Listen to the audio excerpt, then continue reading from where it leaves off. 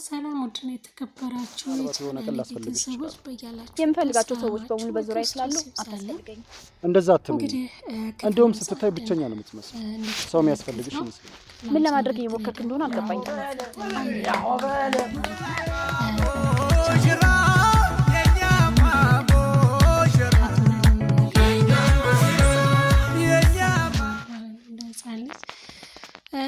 ሰላም ጤና ይስጥልኝ ውድና የተከበራችሁ የሁሉም ነገር ዩቲዩብ ቻናል ተከታታዮች በሙሉ በያላችሁበት ሰላማችሁ በክርስቶስ ይብዛልኝ። እንግዲህ ያፌትና ናታን እንደምታውቋቸው በፍቅር ተጣምደዋል። ይቅርታ ተባብለው ይቅር ተወርዷል ማለት ነው። በዙ አጋጣሚ ኤፍራታ ማለት ነው። ኤፍራታ ግን አልተዋጠላትም፣ ደስ አላላትም። እያስመሰለ ነው ያፌት የሚል ሀሳብ አላትና ያፌት እያስመሰለ ከሆነ እውነት ለመናገር በጣም ይደብራል፣ በጣም ያስጠላል ማለት ነው ድራማው። ቢሆንም ግን ስለ ልጃቸው ስለ ያፌት መሞት ደግሞ እንደሞተ ሲነግሩት በጣም ደንግጧል፣ እንዳያችሁት ማለት ነው።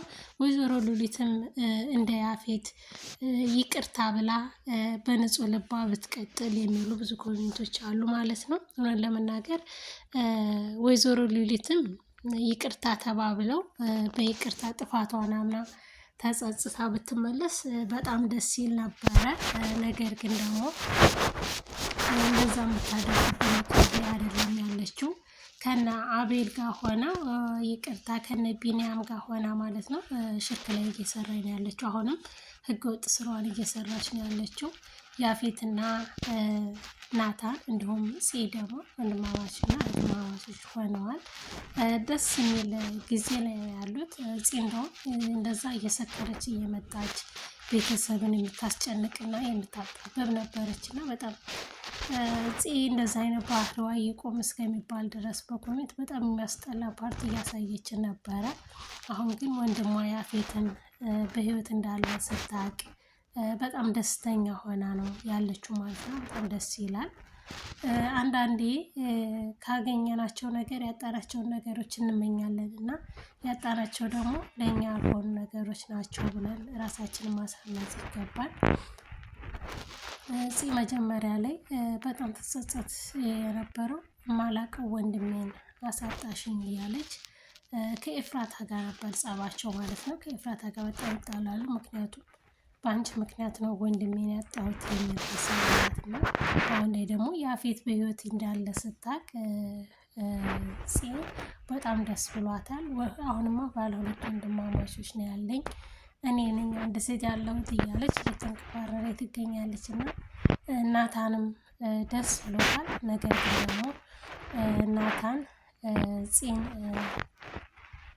ብዙ ነገሮችን እንዳስቀየማት ይቅርታ ጠይቋት ነበረ።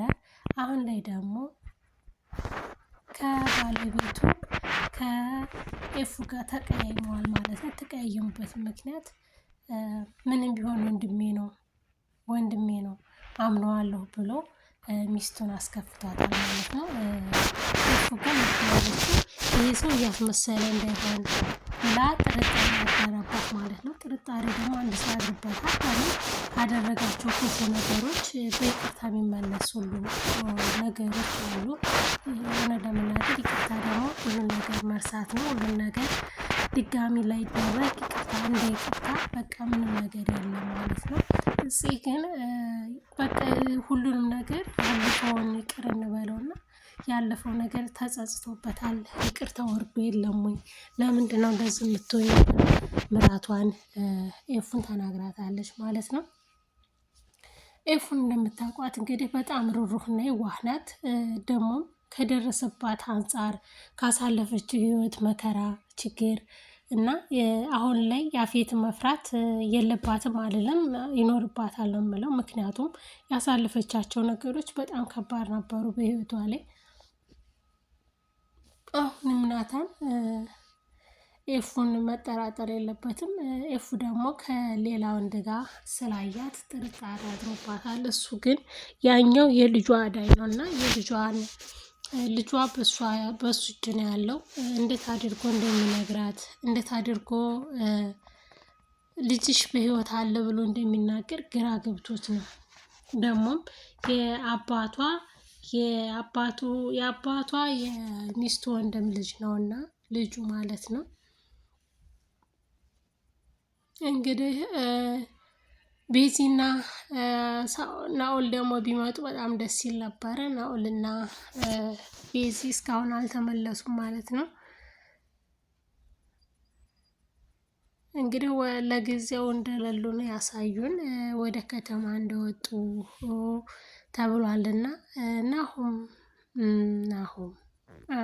አይዋ ውድ የተከበራችሁ የቻናሌ ቤተሰቦች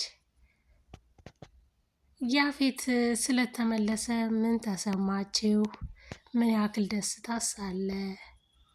እውነት ለመናገር እኔ በጣም ደስ ብሎኛል። ምክንያቱም የድራማው ድምቀት ያፌት ነው ማለት ነው። ያፌት የሌለበት ድራማው በጣም ያስጠላልና ያፌት ስለተመለሰ ደስ ብሏል። ነገር ግን ደግሞ ጠፍቶ ከተገኘ ወዲህ ደግሞ እያሳዩን አይደለም፣ ብዙም አይታይም ማለት ነው።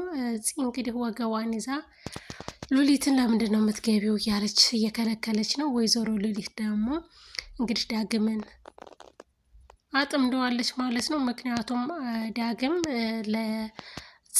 መርዝ በጥብጬ ሰጥቻታለሁ፣ እኔ ነኝ ሐኪም ቤት እንድትገባ ያደረኳት፣ ላጠፋት ነበረ ምናምን የሚለውን እሱን ሚስጥር ስሜት ሆኖ ተናግሮ ነበር እና ያችን ምክንያት ይዛ በዛ ነው ያጠመደችው ማለት ነው።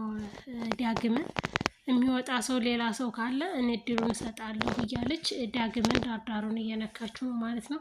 ዳግም ሳይውል ሳያድር መናገር አለበት። ኤፉ ላይ ያደረገ ላይ ሊገላት እንዳሰበ መናገር አለበት። ምክንያቱም ከሌላ ሰው ሲሰማ ነገሮች ሁሉ ይጣመማሉ፣ ይከብዳሉ እና አሁን ላይ ግን ፊት ለፊት ሄዶ ወይ ለናታን ወይ ለእህቱ ለእፉ ቢናገር እንዲሁም ለዚህ ይቅርታ ቢጠይቅ አሪፍ ነው ማለት ነው። አሁን ኤፉና ናታን ደግሞ ትንሽ ተቀያይመው ነው ያሉት። ደስ የማይል እንትን ውስጥ ነው ያሉት እና ቢታረቁ ቢመለሱ በጣም ደስ ይላል ማለት ነው።